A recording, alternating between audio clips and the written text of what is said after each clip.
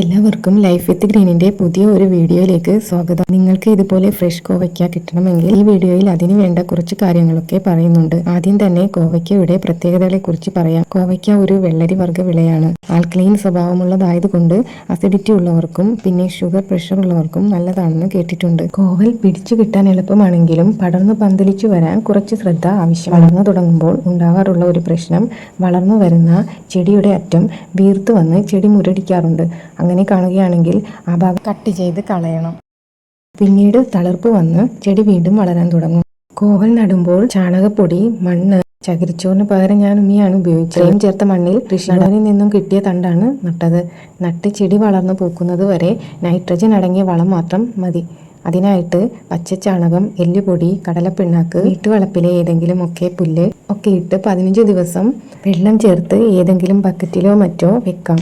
പിന്നീട് ആഴ്ചയിൽ ഒരു പ്രാവശ്യം വീതം ഒഴിക്കാം. അത്യാവശ്യം വളർന്നു കഴിയുമ്പോൾ പൂക്കാനായിട്ട് ഫിഷ് അമിനോ ആസിഡ് സ്പ്രേ ചെയ്യാം. അല്ലെങ്കിൽ പഴത്തൊലി വെള്ളത്തിലിട്ടത് ചുവട്ടിലൊഴിച്ച് കൊടുക്കാം. ദീർഘകാല വിളയായതുകൊണ്ട് അത്യാവശ്യം നല്ല ഒരു പന്തൽ തന്നെ കോവലിന് വേണം. കോവലിന് പുഴുശല്യം നല്ല രീതിയിൽ ഉണ്ടാകാറുണ്ട്. അതിന് വെളുത്തുള്ളി, വേപ്പെണ്ണ ഇവയൊക്കെ സ്പ്രേ ചെയ്യാം. അതില്ലാത്തവർക്ക് വേറൊരു ഓപ്ഷൻ, നമ്മുടെ നാട്ടിലൊക്കെ കാണാറുള്ള നാറ്റപ്പൂച്ചെടി വെള്ളത്തിൽ കലർത്തി സ്പ്രേ ചെയ്യാം. ഇതിനൊക്കെ ബുദ്ധിമുട്ടുള്ളവർ പുളിയൻ ഉറുമ്പ് എന്നൊക്കെ പേരുള്ള ഒരു ഉറുമ്പിനെ കയറ്റി വിട്ടാൽ മതി. പിന്നെ വേരിന് ചീയലും മറ്റും വരാതിരിക്കാൻ 2 ആഴ്ച കൂടുമ്പോൾ ട്രൈക്കോഡർമ ചുവട്ടിലൊഴിച്ച് കൊടുക്കാം.